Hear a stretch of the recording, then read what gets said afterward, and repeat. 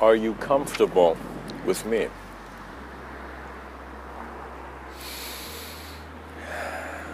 Hello everyone. The title of today's episode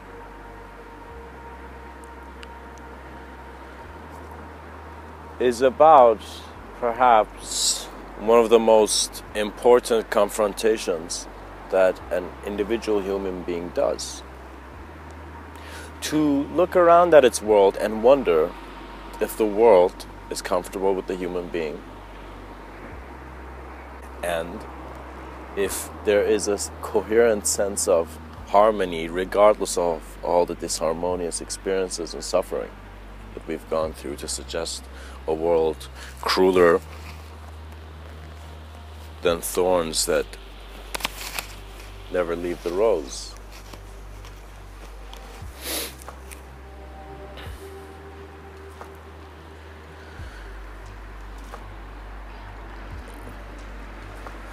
I would like to begin really diving very deeply into what reality could mean. Because in our awareness and, in a sense, understanding to reality, we begin to wonder and to, in a sense, more observantly realize where the comfort is happening. Because the comfort of you with your environment and your world with you is one that is happening in reality, right? We are saying this is real, and we have a self-aware intelligence. So that moment when we looked in the mirror and we realized who we were, space and time began speaking to us differently. Realities are like rooms of space and time being present through an intelligence beyond space and time. And in a sense, guys, what that really means is that when I was beginning on my path to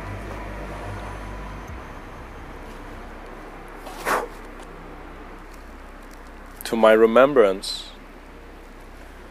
one of the first concepts and teachings again came to me was that to handle my reality as if they're rooms. And this idea is more than just visualizing a room and thinking you're in it. What that means is every moment, every experience is being kept by space and time. So your nature of how your direct experience is of space and time is suggesting the actuality of how the reality is present. So because we're here to observe reality and to see that who is really here to be comfortable, and to, in a sense, see if our world is comfortable with us, you must begin to look at yourself not differently but anew. The difference of this sense of difference I'm talking about is because it's the most novel experience that it will be unspeakable. You have no comparison, no reference from the past of man can compare to how consciousness flows with the wind, or how consciousness flows like the wind. It is very important, and what Mr.Within would like to ask you is, what room of reality are you comfortable in? And why is it in the shower suddenly we find ourselves to become professional singers, but outside we find that we cannot find our voice? It's because in that room of space and time, you are allowing yourself and aware of yourself that you know that you will not be disturbed. So the knower, once he is aware of his untouchable quality, he is not, in a sense, lost. But of course this is more complex than how I'm saying it, because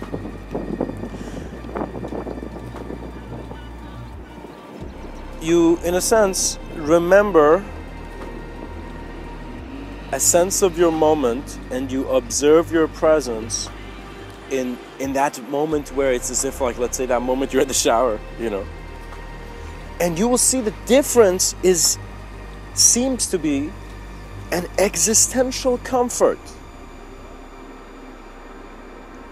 And as the knower knows that he's untouchable, even though this self-awareness is finding safety in a temporal idea, the reason it can get a sense of eternal feeling, of being untouchable, of just being knowing, of being absolute voice in the shower, is because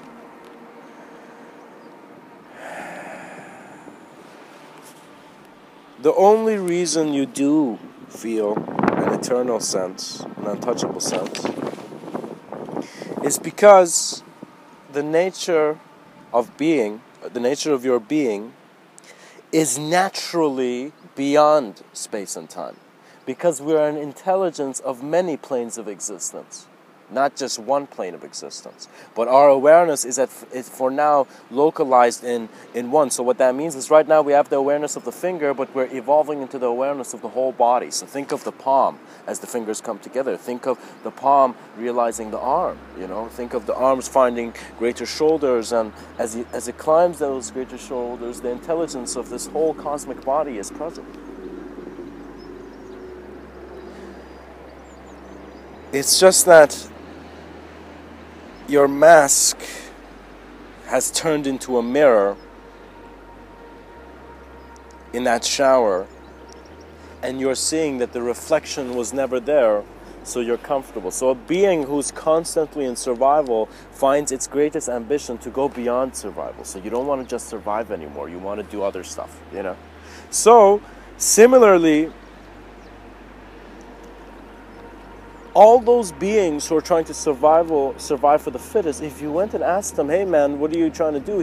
The being would say, I want to transcend the reality of constant repetition of form in the manner that it is. So mankind is studying his consciousness and what even realities of comfort could mean through the patterns of how through ideology self-awareness has been gained, but there's also self-awareness beyond ideology.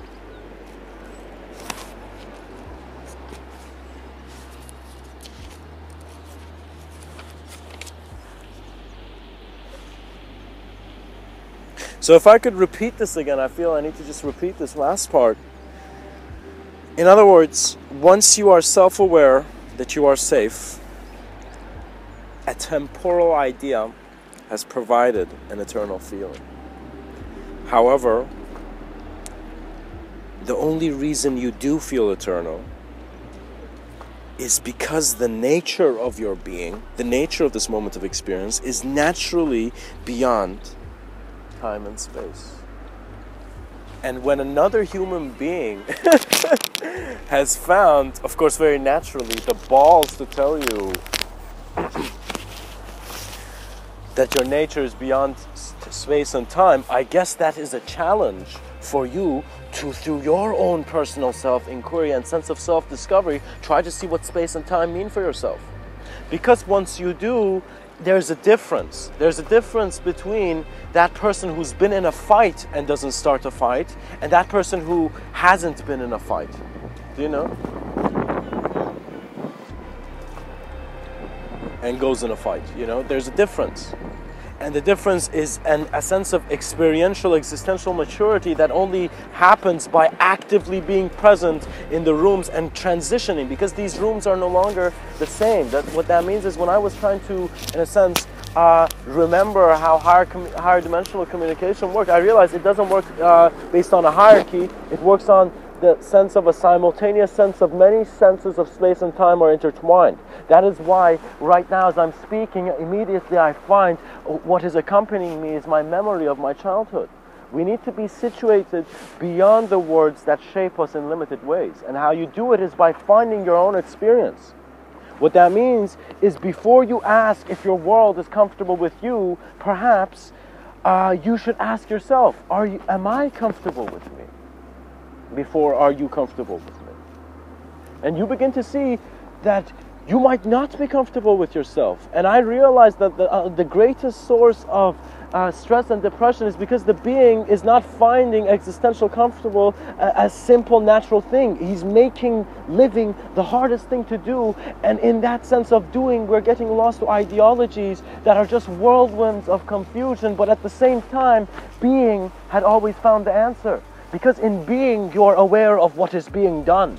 That is how the sage understood, because it's not that the sage did not want to be a warrior. The sage was brought up in the same school that warriors were brought up in. But it was that life communicated to the sage differently, in the sense that the sage was to learn from its stillness and silence of being. And in that stillness and silence, feel the transmission and the transition of any room of self-awareness in regards to a sense of space and time projecting. You right now, space and time, mankind, I don't want to say mankind, but the human consciousness, the human experiencer, has not taken the existential responsibility for space and time, and so you feel you're caged because you have not involved yourself, engaged yourself in this direct experience of life to see that, oh gosh, it's beyond space and time, because these fingers are kept by a palm, and mankind has no idea how to explain in the style of a finger what the palm is. And of course, gosh, don't ask about the whole body even, because it is a simultaneous knowing. It is seeing that the geometry of life is present as it is, and so you are no longer trying to see. There is no longer a seer. You are seeing that since the minute you were born, there isn't even a teacher and a student. You've just been existential passage of observance. What that means is many people find it comforting to try to find a new, try to subscribe to a new believed truth in passages and scriptures and textbooks, rather than seeing that there is this life phenomena here, that we don't have to go dull down. I mean, I really love how human culture and society has developed, like how it's just its own exotic plants just sprouting in the way, in the time that, and based on its influence. But at the same time, mankind is an existential intelligence that is connected through biological being. Technology and the interpretation and the inspirations that made the fathers of science take an apple and create formulas with unknown variables, is that the formulation of reality was chosen to be like that. So the choice, the free will of the being, is actually the access to the heavenly state that saw earth present. What that means is the sage understood you do not go from earth suddenly into heaven. You look at this earth and you see that you were the heavenly gaze.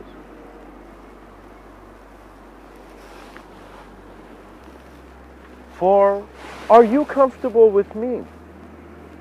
This was a question I would ask when I would speak to the universe. And I began to see that the vastness and the infinitude and the multitude of this reality is so vast that anybody who speaks is, how do I say it? It's like you're creating an individuality, but at the same time getting more of a collective awareness, because we are doing it. What that means is the more creation experiences you, in a sense, project in this reality, the more creator senses of knowing you get. And it also, it's vice versa, because there's a self-reflective quality in how concept stands in the eyes of man. Because, in a sense, it never does.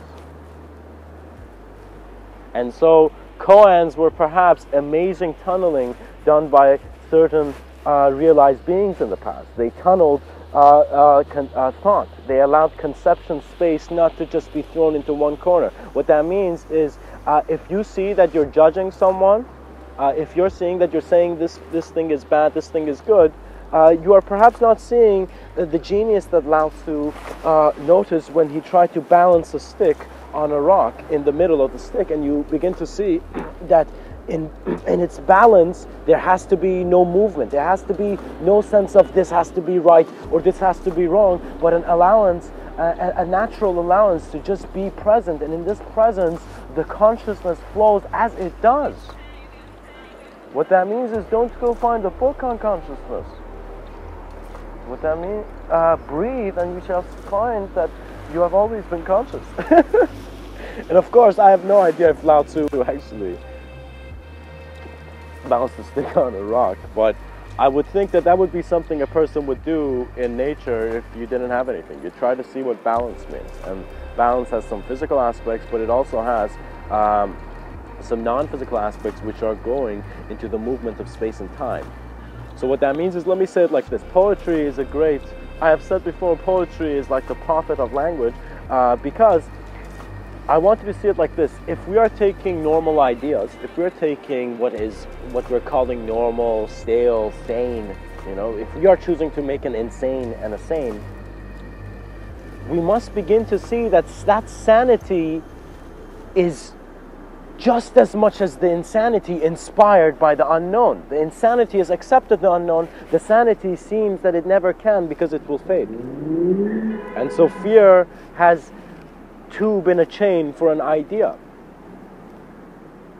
What that means is fear is being chained, and out of the fear of leaving duality, duality seems to have remained more longer than it has to, and it's like that moment where you're just sitting in life in the park and you feel as if it's like your ideas and how you're looking at life and your views and where you are right now is like this guest that has come to your house but is not leaving. And it's suddenly the guest, it's as if the guest is not leaving, and you're irritated and you're trying to change the reality, you're telling it to leave, you're trying to command reality to fix it, but you're seeing in all these commands, you're finding the emptiness of how every hologram was hollow for the viewer in its viewing of all that is present in its moment could never be a single view.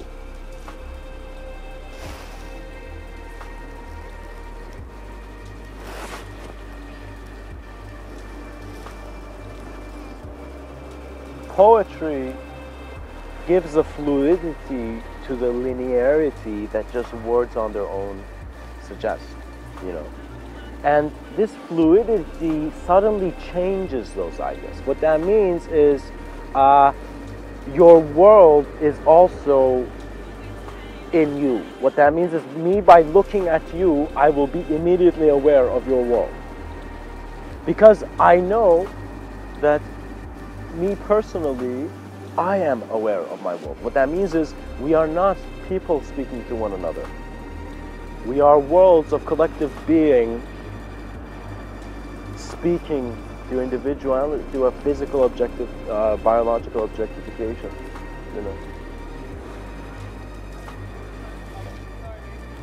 Existential comfort is by far the most important concept for humanity.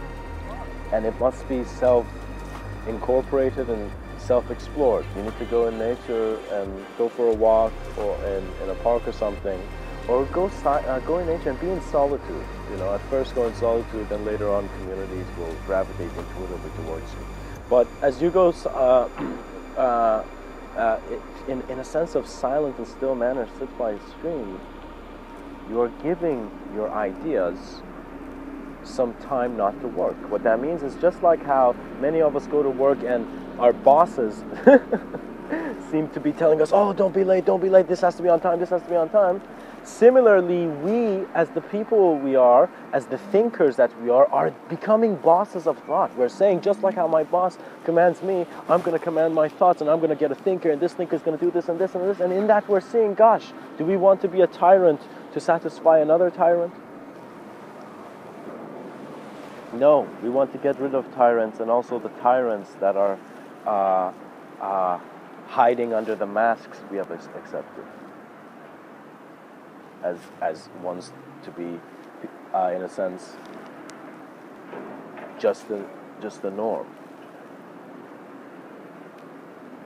What that means is, a tyrant is a certain way of being aware to reality, that you are not accepting it and you're not allowing it to flow. But if you begin to allow it and accept it, you begin to see that you never needed to have an obsession to control the result, because if by doing so, it would be as if, how would I say it?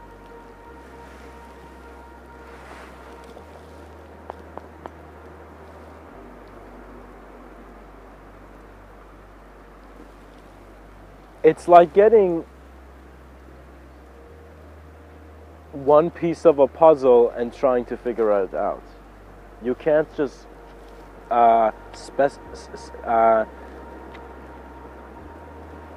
objectify one sense of reality. You must begin to see that every moment for consciousness is a new introduction to a sense of experience beyond the experience that was present before. And it's very interesting because somewhere I remember reading that it was said that it seemed that there were 13 methods of flight, 13 technologies of flight, but the airplane was just the one that got popular. And I was wondering, wow, so how many other ways of flight could there have potentially been, and it had gone unheard? So similarly, this suddenly took me to how the idea of navigating the plane of existence as a pilot of consciousness, which Mr. Within has very playfully introduced,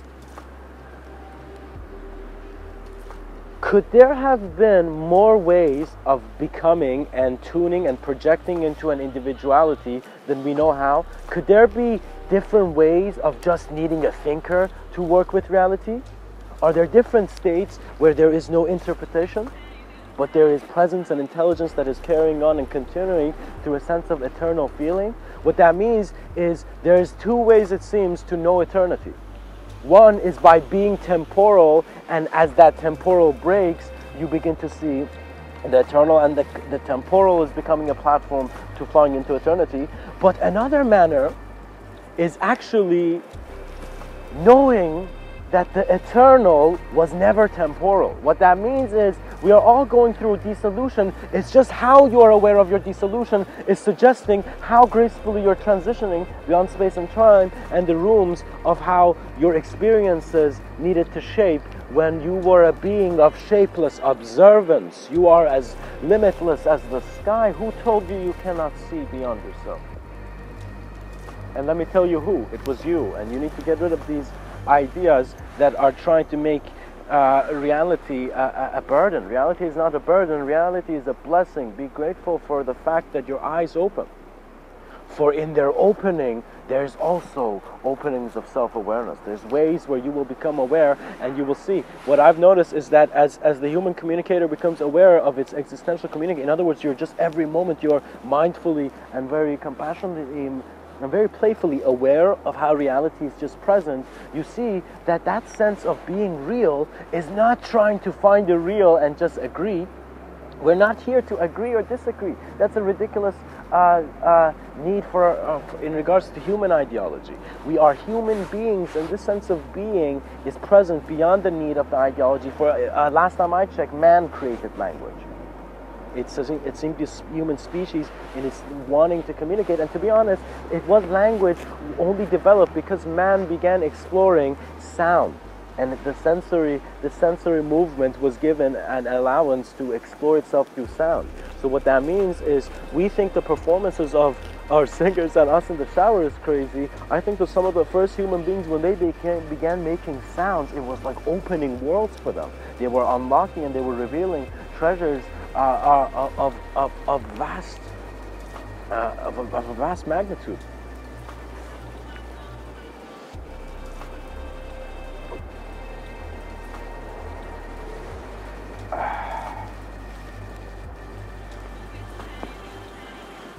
As comfort becomes just the awareness of how direct experience was untouched, there is no thinker and self-talk is not developed. Mr. Within finds this to be not a method, don't shape it, don't label it, but a sense of poetic pointing towards a sense of knowing reality beyond the transition and temporal change. What that means is we're all walking from the cradle to the grave. However, in walking to the cradle to the grave, we see that we are a moment of experience, and this moment, even though it's aging and it's changing and it's growing and it's going through different experiences, and sometimes they're good and sometimes they're bad and sometimes they're unexplainable and sometimes they're whatever, the transition and the journey is suggesting, who is the seer? The seer is the intelligence of life to be aware of itself. We are such a profundity in this universal phenomena that we have ignorance. Ignorance was something to clap for it was the development of man to evolve his self-awareness beyond what his acceptance of dualistic realities that he thought he could not change. You think right now you're suffering and you are going through a very hard lifestyle or whatever. Do you know, or if it's you're not lucky or it's all rough or whatever. But you will see that all these words will crumble like dry leaves when the season comes, and you will see that the moment of experience and the awareness to the novelty of this life force is beyond a past that can shape an incapability that feels there's even a hell.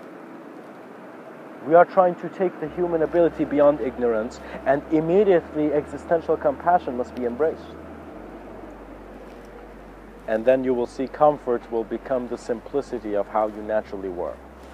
And you will see, my friends, I remember when I was younger, we had these PowerPoint presentations, and I would get very nervous, and I would just go into my own world. And before I had an audience, my classmates to listen to me, in my mind I had messed up my speech, messed up my PowerPoint in front of, let's say, thousands of those versions of those classmates in my mind, of those audiences.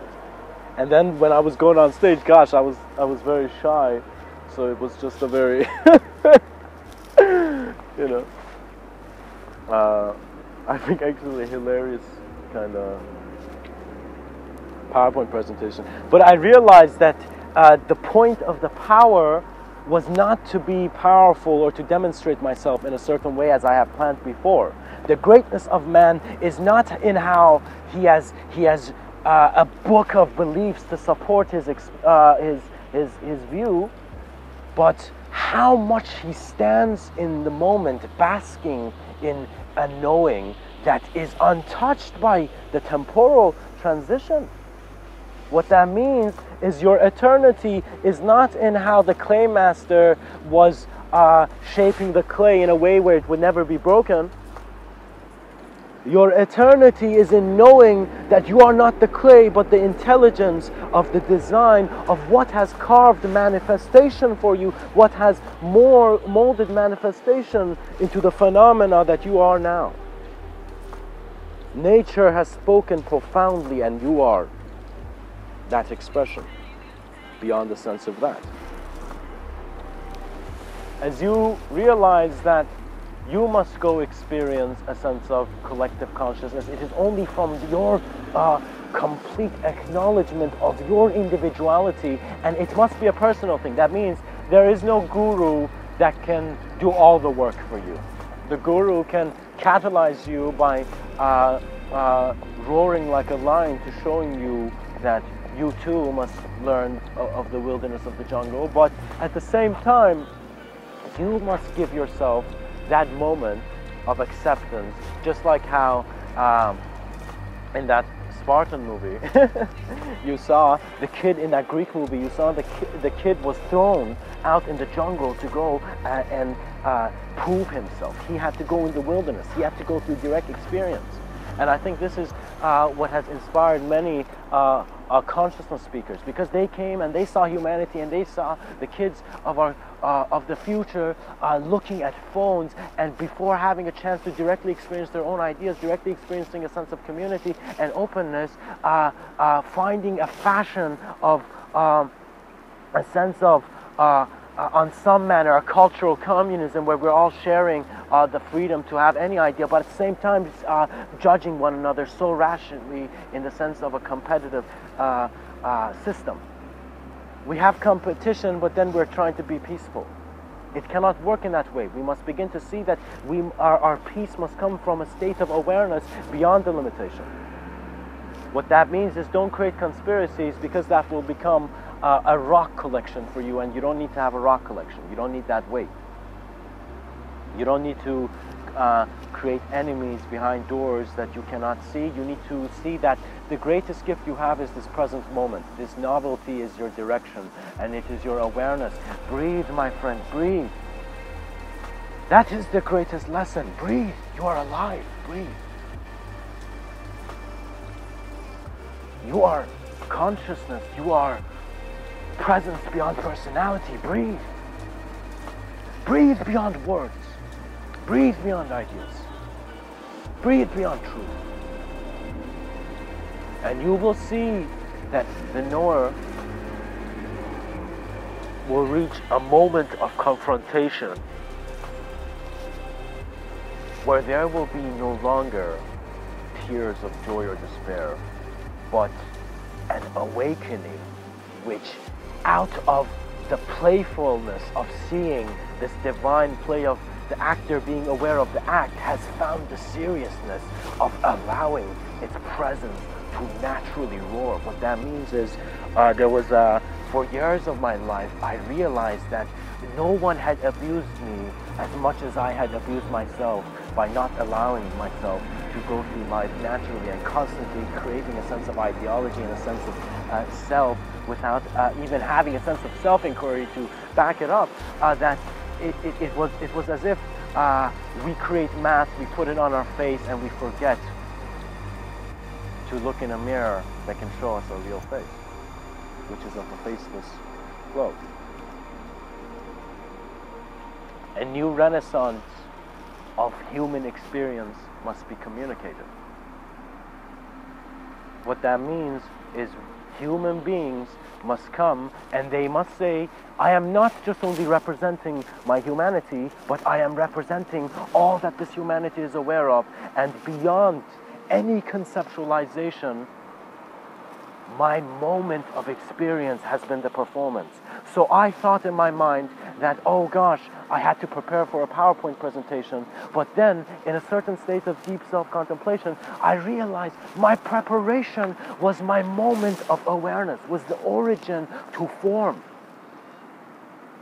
I have been prepared. I was prepared for that PowerPoint since the beginning of my existence, because what else could I use to communicate aside from all that I had experienced? And so the trust in your life allows you not to rationalize, because the rationality must be introduced through a natural grace of an awareness that does not have an obsessive need to shape a sense of I.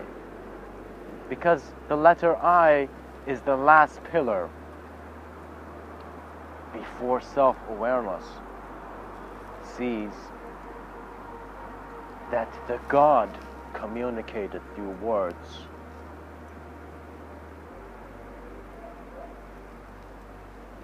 was the God that could never be communicated through words. The unified field theory that could be communicated through words was never the unified field theory that could be communicated through words. Collective consciousness is found within your ability of a sense of idea, your sense of idea, sense of self, which is a temporal transition in a sense of room of consider, because you go into different environments, and I'm pretty sure you're not like how you were, let's say 5 years ago. You've changed. That sense of change is not you. Do not celebrate a birthday. Do you know? But know that since you were born within eternal understanding. Many of us think that we are here to fade, but simultaneous multidimensional awareness knows beyond such statements.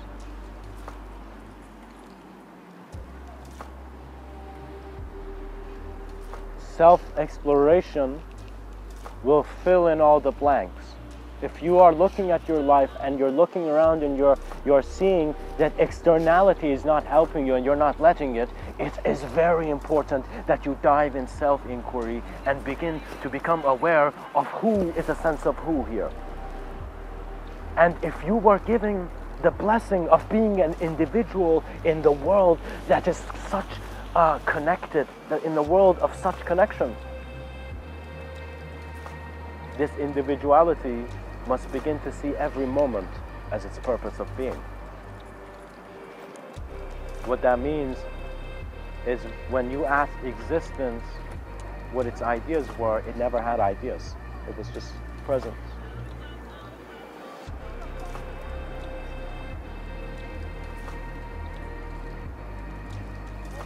Are you comfortable with me?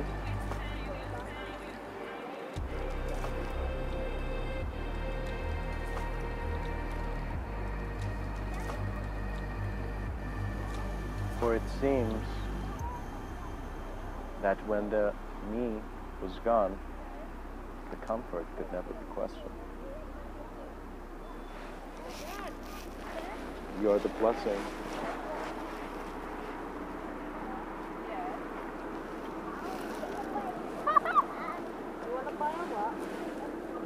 Get a job.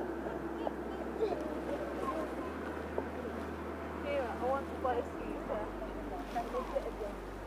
The verification is good. I've seen some of them there.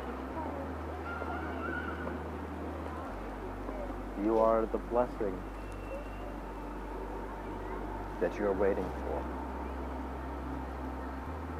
You are the initiation of your greatest moment. And this will at first inspire you to get down a piece of paper and organize your life, but you'll see that you don't need to write anything down. You need to travel light. You need to travel with an alertness that is able to transition between these rooms of space and time.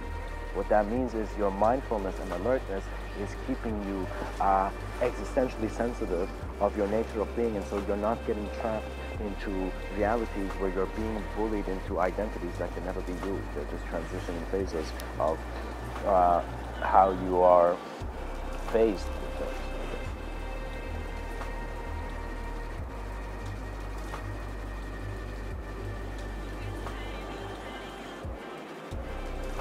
There is a natural grace when the consciousness of the individual looks at its individuality to see that all that you are seeing in everyone else is originating based on how you're choosing to define yourself. What that means is if we were to look at the observer effect, your choice is the choice of conception to even be considered in a certain manner. And there was this very interesting Zen story where this thief goes to the Zen master and tells the Zen master, "Hey buddy, I've been stealing for 30 years, it's my job, okay? Don't ask me to change like everyone else I've gone to, just help me out and give me realization." And the Zen master looks at this thief and says, "Of course. All that I want you to do is the next time, all that I'm going to ask you to do is that the next time you go steal something, just take another look at it." And there's, for a moment, just a stare down between this thief and the Zen master, and the thief just looks at the Zen master and he's like, "Okay, all right, I'll give it a try." And the Zen master smiles gracefully and the thief leaves. The next night, the thief is in the imperial palace, and it's as if the palace is his home because he's been there so many times, you know. And he's gone there, and he goes and he finds this imperial jewel, and he picks up the jewel and he's about to leave, you know. And he suddenly remembers the Zen master's words, and he puts down the jewel and just sits down and looks at the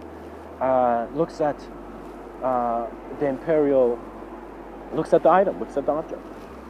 And as this thief begins to look at it, he wonders, why did this Zen master tell me to look at this object? And he begins to see that, wow, his whole life, for 30 years, he has been basing his experience of this plane of existence on just getting a rock. What that means is that jewel, that gold, that item had a value which was creating a reality for him that was blinding him of the vastness of how much life could be experienced. And he realizes this, and he puts down the jewel, and he leaves. He leaves. And Robin is no longer in the hood. He goes to the Zen master, he looks him in the eyes, and he says, "May I be in your presence?" And so there is a sense of a disciple, a relationship established, and the Zen master smiles. He knows that this being is beginning to realize that it is in your obsession, it is in your need of having reality to be in a certain way that it projects in that manner. And perhaps the most graceful thing and the most great thing that a being can do in human communication is to not touch it, is to allow it to naturally be. We don't need to pick flowers to give our loved ones. We need to take our loved ones to the nature of how all flowers are present. What that means is the greatest lovers don't need to be picked. They don't need to choose one another. They will see that life will carry them, and they will have trusted life to such a degree where it is as if they have been waiting for a moment they have always known.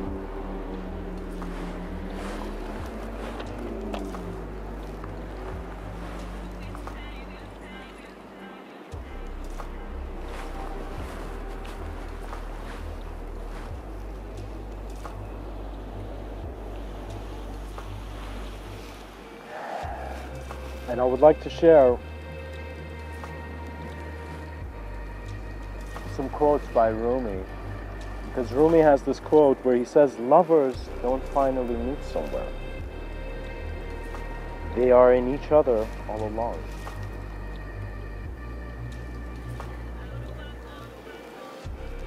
Your realization of your most profound moment of experience is your allowance to be present in greater ways.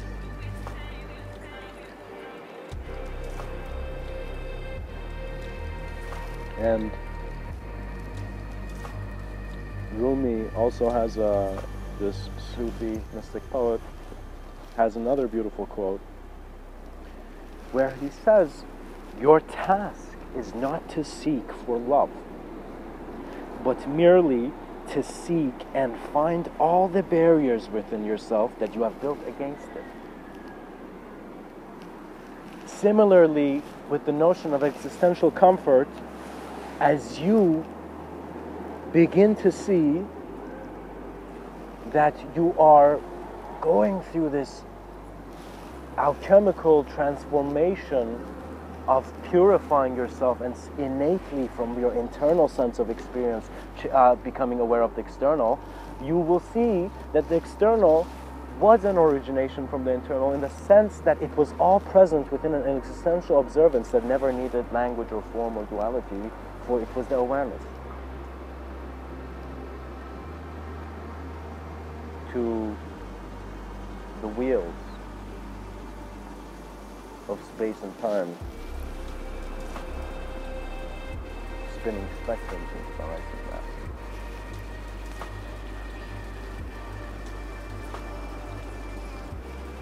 Your awareness must begin with how you are able to very simply and in a genius manner work with yourself.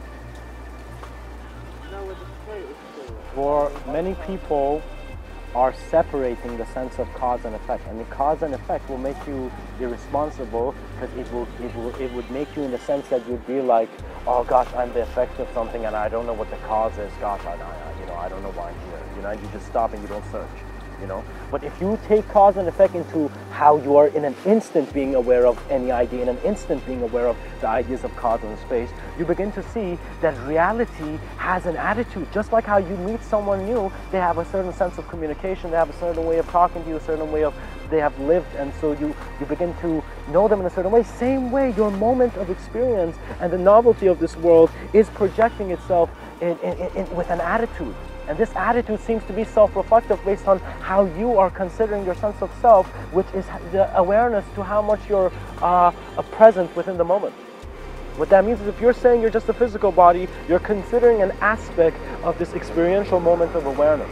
And even though we are saying that on some level the body is projecting the mind, but there's also a presence within the subtlety of being aware of just the thought beyond thought, that you begin to see it is also from the mind in which the body is present. And when you become aware that it's the mind the body is present, you begin to see that there's a simultaneous intelligence in the consciousness of man, that the individual is also here, and so is its collective. For how else could there be such a disposition?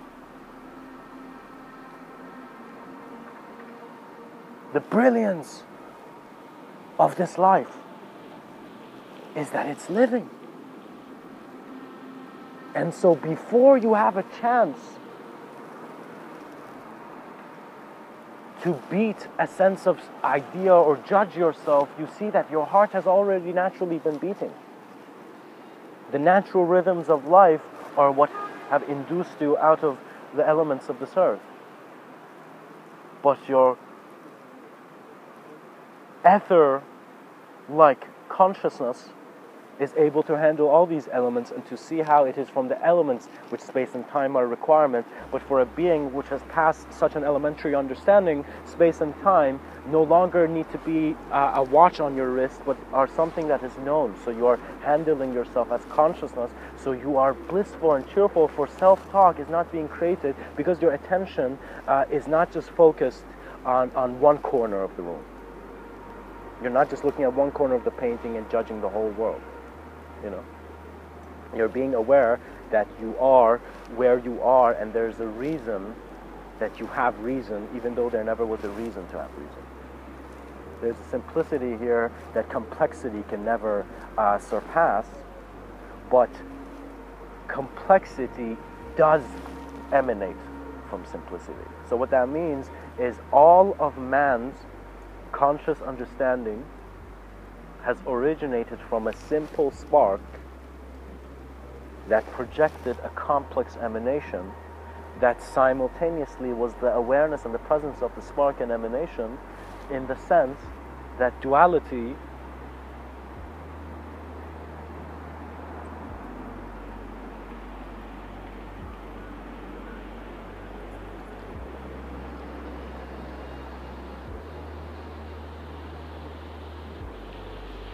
was never dual when yin and yang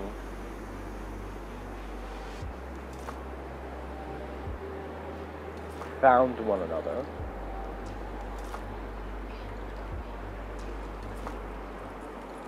As it is.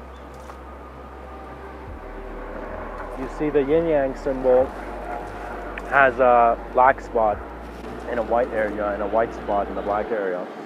And you begin to see it's as if it's showing that even if you go to the darkest aspects of considered reality, there will always be a truth of light. And even if you go to the lightest and brightest aspects of reality, there will be always a truth of darkness. And so if you looked at the yin-yang symbol, you will begin to see that it is not. All of it is present within the same circle of life. What that means is your life is a complete understanding of all the incomplete considerations that have been presented to you through how individual consciousness has developed for a being, for the human being. What that means is we are not just, you're not just like Adam and Eve, you know? We're not the first human beings here. Human beings have lived before, and it is from those patterns in which we're seeing how the visions of the future will be kept alive. Because we need to incorporate and integrate those patterns. We need to learn from our history. Because that's what man is doing. You are having a sense of multidimensional thought by looking at what you did before and looking at what you're doing now and realizing what can be done now, as it is being done. Your intentions will show you that mind is beyond body. Your lack of intention will show you body is beyond mind.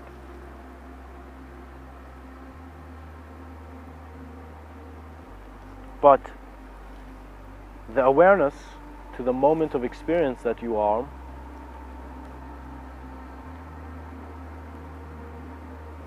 was the circle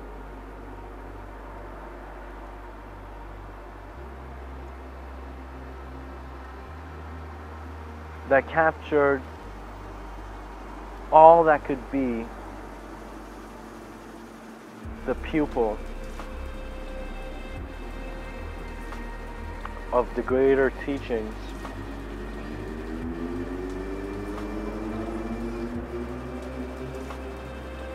of a universal sector no longer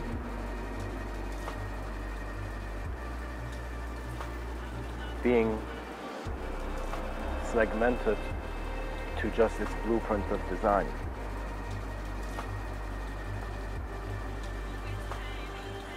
You must see that the candle can look at the wax and feel that its life is purposeless and it's just fading. But if you become aware of the breath of life, which is here and now, you will see the illumination that you are. You will see the candle wax does not bother you. You are simply here for the illumination. The candle is found basking in the lights of greater suns. And so if 10,000 suns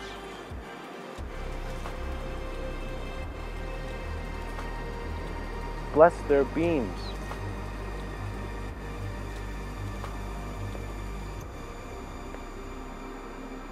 on a flickering candle flame, it seems that beyond reason the phoenix has always risen from the ashes.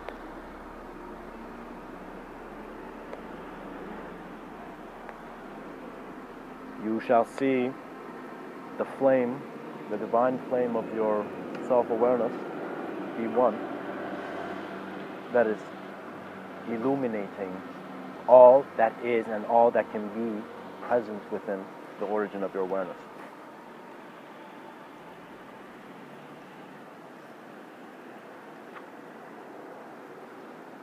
Are you comfortable with me?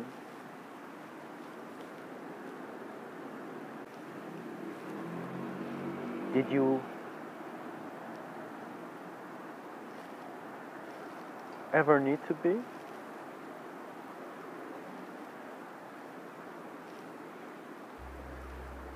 Did comfort have to be framed in ideology?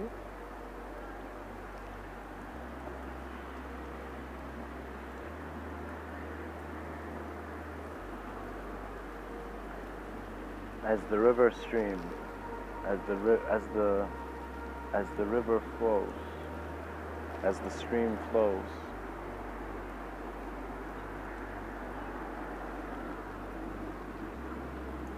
every moment is a new beginning.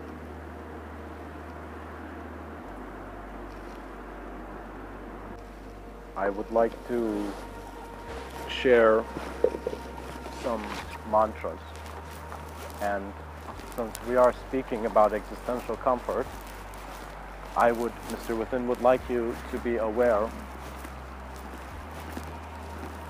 of every sound that is in your presence, and may these mantras speak for themselves.